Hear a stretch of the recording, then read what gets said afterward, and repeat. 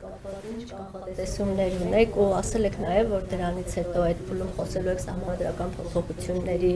անհրաժեշտության մասին, դա ձեռնարկելու մասին, հետաքրքիր է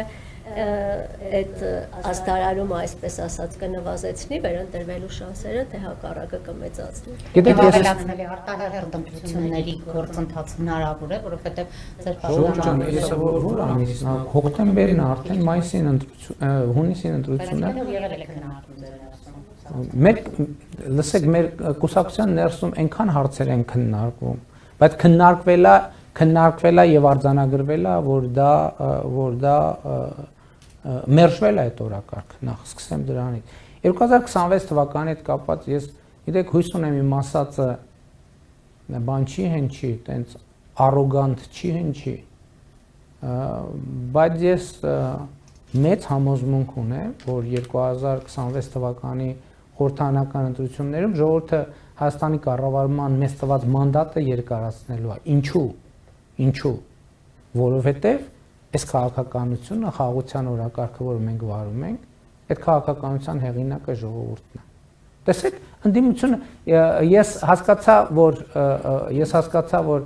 կուսակցության համաժողովում իմ ունեցած ելույթի այդ հատվածը կամ չի նկատվել կամ չնկատելու է տրվում։ Մենք 2000 շատ է խոսում, չէ՞, ծրագրերի, նախընտրական ծրագրերի։ Ես ելույթում ինչ ասացի, 2021 թվականի նախընտրական process մենք մտել ենք ստանդարտ երրորդ հանրապետությանը հատուկ ռազմահայրենասիրական նախընտրական ծրագրով։ Այսինքն ոնց որ տենց այն մոդելով ԿՊ դաշնակցական նախընտրական ծրագիրը գրել ենք, մտել ենք նախընտրական քարոզարշավի մեջ։ Բայց հնդածս ժողովուրդը եւ դա ես ասել եմ դեռևս 2021 թվականի օգոստոսի 24-ի իմ ելույթում եւ դա արտահայտված է կառավարության ծրագրում։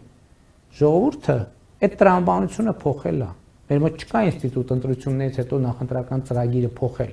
բայց նախընտրական քարոզարշավի ողջ ընթացքում տեղի է ունեցել մի բան, ամբողջ քաղաքական նարատիվի եւ ընկալման ռազմավարության փոփոխություն է տեղի ունեցել, ինչը արտահայտված է կառավարության ծրագրում։ Գնացեք հրապարակային փաստաթուղթը։ Ինչա գրած կառավարության ծրագրում։ Կառավարության ծրագրում գրված է 2021-ից 2026 թվականի գործունեության համար ժողովրդի առաջ կառավարության ստանձնած մեծագույն պարտավորությունը խաղաղություն,